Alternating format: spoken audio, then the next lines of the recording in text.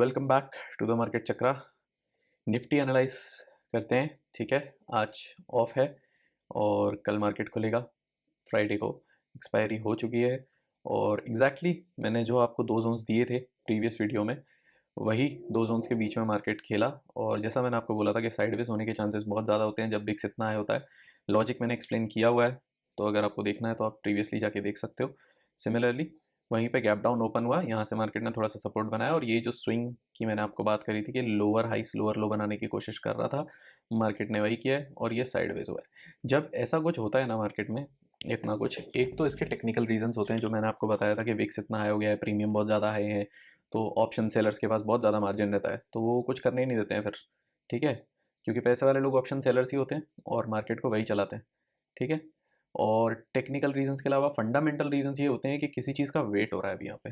ठीक है, ये गैप डाउन क्यों आया था, ये सेलिंग क्यों आई थी, मैंने आपको बताया हुआ है कि ट्रम्प के जो टैरिफ्स उन्होंने जो अनाउंसमेंट किए अपने यूएसए के प्रेसिडेंट ने, ठीक है, उसकी वजह से गैप डाउन हुआ। गैप डाउन होकर मार्केट बिल्कुल अक्यूमुलेशन जोन पे खुला। ठीक है, अब आप एक चीज़ देखो, एक चीज़ नोटिस करना, अभी आज जो मैं मार्केट बैठ के एनालाइज कर रहा हूँ, मुझे यहाँ पे पता है कि कुछ पॉजिटिव न्यूज़ है मार्केट में और मोस्ट प्रोबेबली फ्राइडे को मार्केट या तो ऊपर खुलने वाला है या ऊपर जाने वाला है। मोस्ट प्रोबेबली, होने को कुछ भी हो सकता है, आज रात तक कोई भी न्यूज़ आ जाए, पता नहीं है। बट आप ये देखो कि प्राइस एक्शन सब कुछ बता देता है।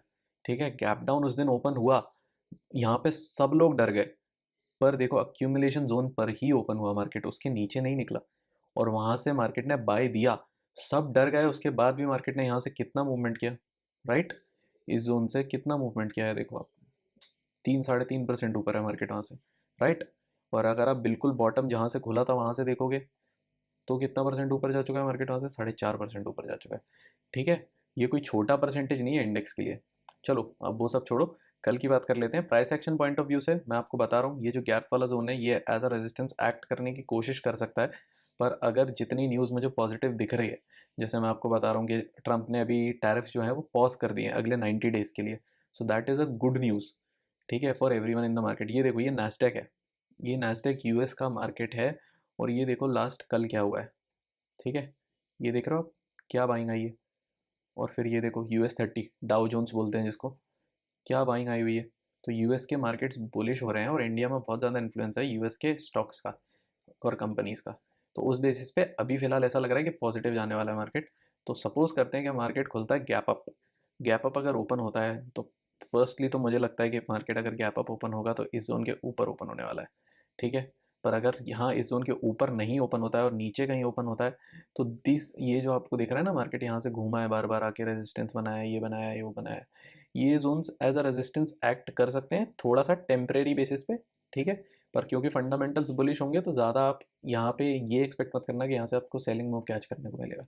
अगर मार्केट गैप डाउन ओपन होता है, जिसका बहुत ही कम सिनेरियो है, ठीक है, बहुत ही कम प्रोबेबिलिटी है, तो मार्केट अगर इस स्विंग के नीचे, इस स्विंग के नीचे अगर ओपन होता है ना, ये जो स्विंग है इसके नीचे अगर ओपन होता है तो स्टॉप लॉसेस लगेंगे और हमें एक फॉल देखने को मिल सकता है, जिसकी बहुत कम प्रोबेबिलिटी दिख रही है अभी फिलहाल के हिसाब से।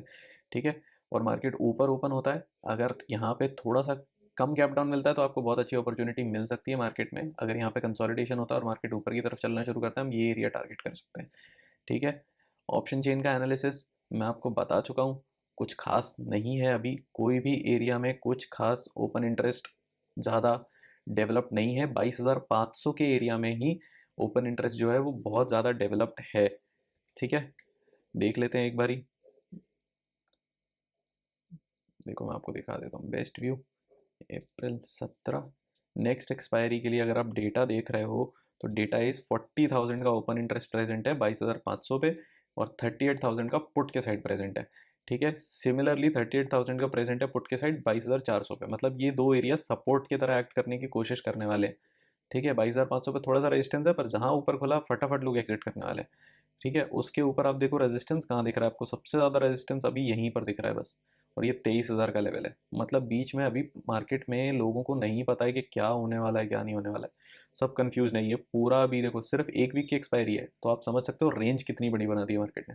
ठीक है, तो इसके ऊपर अगर मार्केट निकलना शुरू करता है तो हमारा पहला टारगेट ये हाइज होंगे, उसके बाद हमारा गैप फिलिंग का टारगेट रहेगा। पर अगर नीचे की साइड निकलना शुरू करेगा मार्केट तो सिमिलरली जो जोन्स मैंने आपको दे रखे हैं अभी तक वो टैप इन नहीं हुए हैं, तो ये जोन्स पे आप टारगेट कर सकते हो।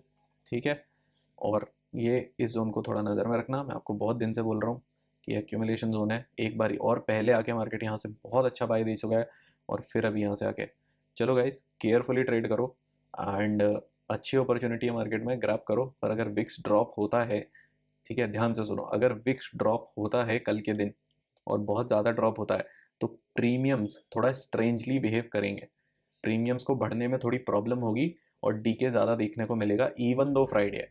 तो वो चीज़ थोड़ा सा नज़र में रखना एंड बी केयरफुल, अच्छे से ट्रेड करो। Have a great day and channel subscribe कर लो, वीडियोस लाइक कर लो, रोज़ ऐसे एनालिसिस आते हैं ऐसे जोन्स के लिए।